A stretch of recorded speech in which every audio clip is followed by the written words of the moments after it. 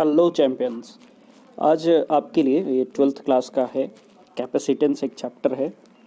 शायद आपको पता होगा इलेक्ट्रिक पोटेंशियल के अंदर ये टॉपिक आता है कैपेसिटेंस। तो आज हम लोग कैपेसिटेंस देखने वाले हैं। तो ये केवल आपका एक रिवीजन पर्पस के लिए आपको मैं ये वीडियो दे रहा हूँ। ये वीडियो में आपको केवल रिवीजन के लिए डायरेक्ट फार्मूले और उसके बेसिक के बारे में आपको बताया जाएगा।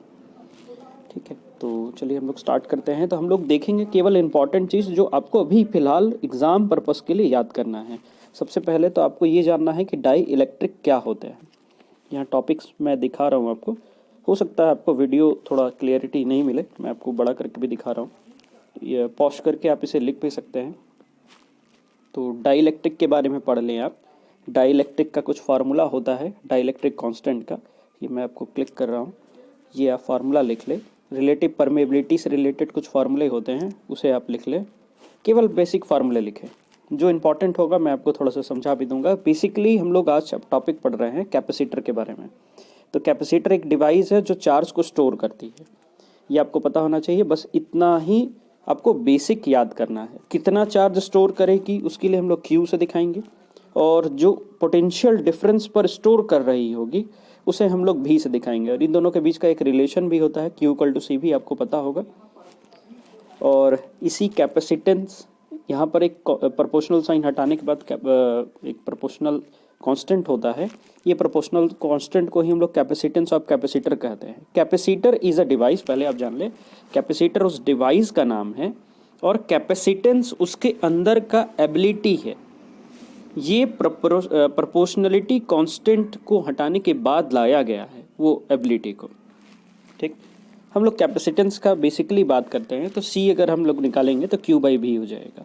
इसका SI यूनिट का आप पॉइंट्स नोट कर ले तो आप फैराडे देखेंगे, इसका SI यूनिट फैराडे होता है। और बेसिकली आप अगर प्लेट्स ऑफ कैपेसिटर के बीच बात करेंगे, ये पैरेलल प्लेट कैपेसिटर का फार्मूला है। तो C equal to epsilon not A by D, where K एक टर्म यूज़ किया गया है। K को आप फिलहाल के लिए ध्यान नहीं दें। K एक कांस्टेंट है जो उसको यूज़ किया गया है परमेबिलिटी कांस्टेंट के लिए। और आपको याद ये भी रखना है कि बहुत सारे न्यूमेरिकल में एप्सिलॉन नॉट का वैल्यू नहीं दिया रहेगा, तो आपको एप्सिलॉन नॉट इतना लेना होगा 8.85 इंटू 10 का पावर -12 फैराडे पर मीटर, ये लेना होगा। Faraday is the SI unit of capacitance, आपको पता होगा। इसके अलावा आपको कुछ प्रीफिक्स यूज़ किया जाएगा, जैसे वर्ड प्रॉब्लम में या न्यूमेरिकल प्रॉब्लम में प्रीफिक्स यूज़ किया जाता है micro, nano and pico. Mu, इसे म्यू से दिखाते हैं तो हम लोग माइक्रो बोलते हैं, N से नैनो, P से पीको। ये टर्म्स को अगर हमको डायरेक्टली चेंज करना हो तो हम 10 का पावर -6, 10 का पावर -9, 10 का पावर -12 हम लोग सेलेक्ट करते हैं। यानी हम लोग डायरेक्ट ऐसा बोल सकते हैं, अगर फैराडे में हो 1 माइक्रो फैराडे इक्वल टू 10 का power -6 faraday, 1 nano faraday equal to 10 का पावर -9 फैराडे। एक्चुअली ये 10 होगा, यहाँ पर गलती हो गया है, अब ध्यान दें। और पिको फैराडे इक्वल टू 10 का पावर -12 फैराडे। इसको ध्यान रखेंगे आप, न्यूमेरिकल पर्पस में ये काम आएगा। इसके अलावा आप capacitance in series and capacitance in parallel को पढ़ते हैं, कम्बिनेशन ऑफ कैपेसिटर को। तो आपको यही केवल बेसिक फंडा में याद रखना है कि कैपेसिटेंस इन सीरीज जब पढ़ रहे होंगे तो टोटल चार्ज इक्वल होगा। ध्यान दें, टोटल चार्ज इक्वल होगा और पोटेंशियल डिफरेंस का सम इक्वल होगा। तो टोटल पोटेंशियल डिफरेंस को हम लोग निकाल रहे होंगे। इससे हम लोग फार्मूला निकालेंगे तो कैपेसिटेंस इन सीरीज का जो फार्मूला आ जाएगा वो 1/C equal to 1/C1 plus 1/C2 plus 1/ जितना भी आप कैपेसिटर यूज़ कर रहे हैं। तो ये रेजिस्टेंस अगर आप देख रहे होंगे तो रेजिस्टेंस का पैरेलल में सेम सीरीज का ये फार्मूला आ रहा है, तो सेम पैटर्न से चल रहा होगा।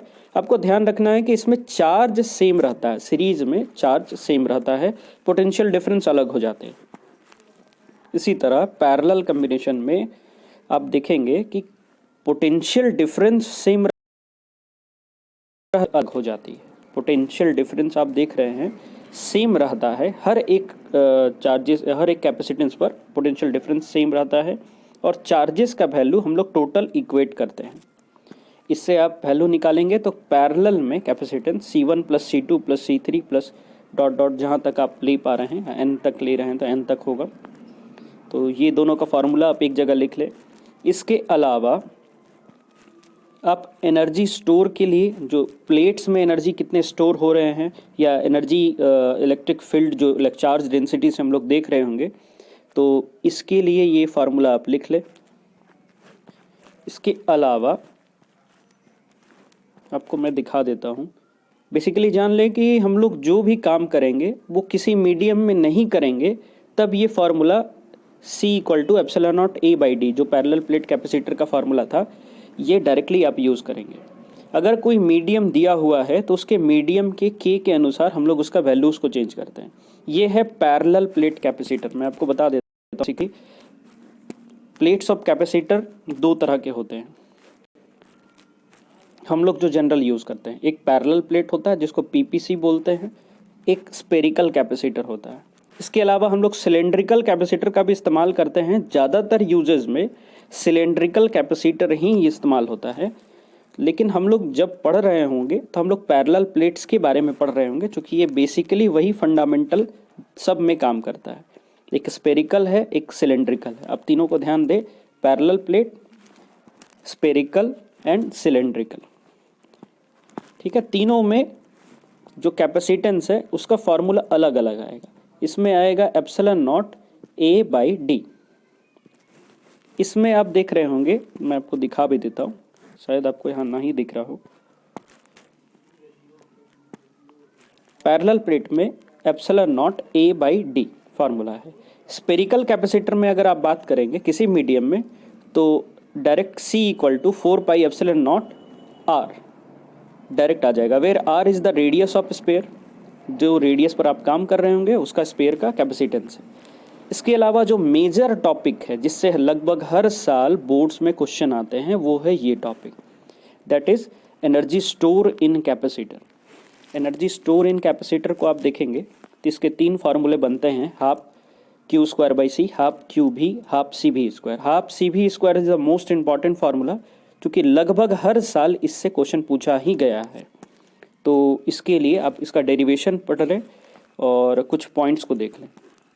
इसके अलावा आपके पास कुछ की पॉइंट्स है, आप इसे पॉज करके आप लिख लें और इसके बेसिक फंडामेंटल को पढ़ लें। लास्ट एक पॉइंट है एनर्जी डेंसिटी को लेके। एनर्जी डेंसिटी में ये फार्मूला है, आप इसे पढ़ के लिख लें। एनर्जी डेंसिटी में मेजरली यही फार्मूला काम का है, U equal to half epsilon E। E क्या है? तो E है इलेक्ट्रिक फील्ड इंटेंसिटी। ध्यान दें, electric field and electric field intensity में फ़र्क है। इंटेंसिटी उसके क्षमता को बताता है, इलेक्ट्रिक फील्ड केवल उसके एरिया को बता रहा होगा। और यहाँ पर हम लोग जो U निकालेंगे वो एनर्जी पर यूनिट वॉल्यूम होगा। इसका भी आप ध्यान रखेंगे, इसका यूनिट भी 2-3 बार पूछ चुका गया है और मैं आपको बता देता हूँ कि ये CBSE में बहुत बार पूछा जाता है। इसके अलावा कुछ आपको मैं यहाँ पर कुछ क्वेश्चन दिखा दे रहा हूँ। ये मैंने एक सैम्पल पेपर से लिया है, आप इसे पॉज करके यूज़ कर सकते हैं अपने सैम्पल पेपर सॉल्व करने के लिए। इसके अलावा मैं कुछ क्वेश्चंस आपको जो इम्पोर्टेंट क्वेश्चन है वो दिखा दे रहा हूँ।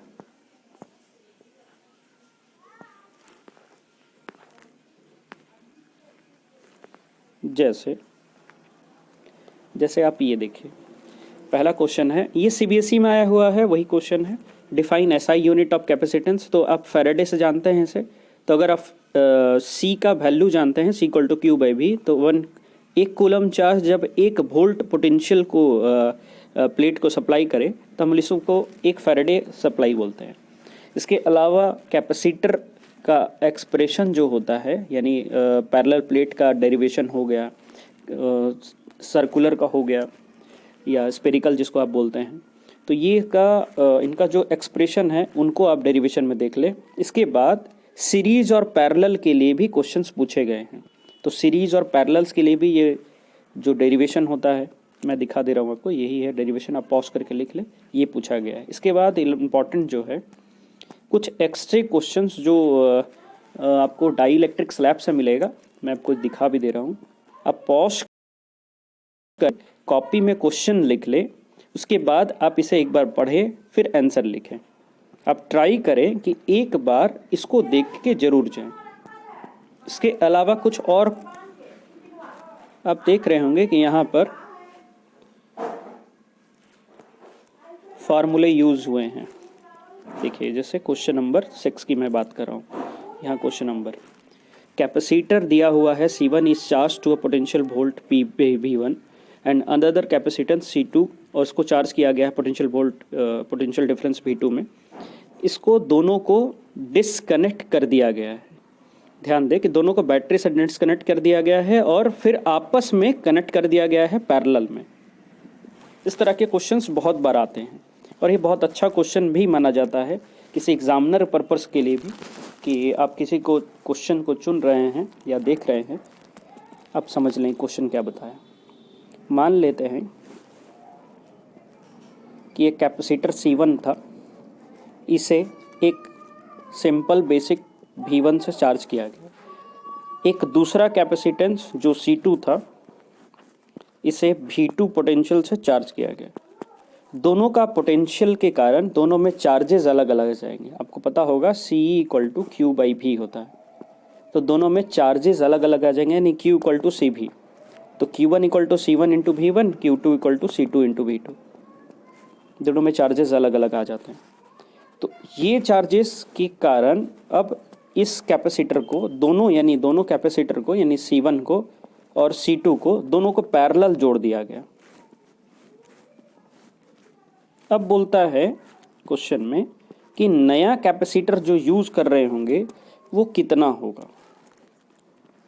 तो पैरेलल में पहले तो जोड़ा गया है, तो कैपेसिटेंस जो होगा वो C1 + C2 होता है पैरेलल में, इसके हिसाब से जुड़ेगा। मैं आपको दिखा भी दे रहा हूँ। इस क्वेश्चन में पहले पूछा है कि टोटल एनर्जी क्या है कैपेसिटेंस का, तो टोटल एनर्जी कनेक्टेड से पहले क्या होगा इसके बारे में पूछ रहा है।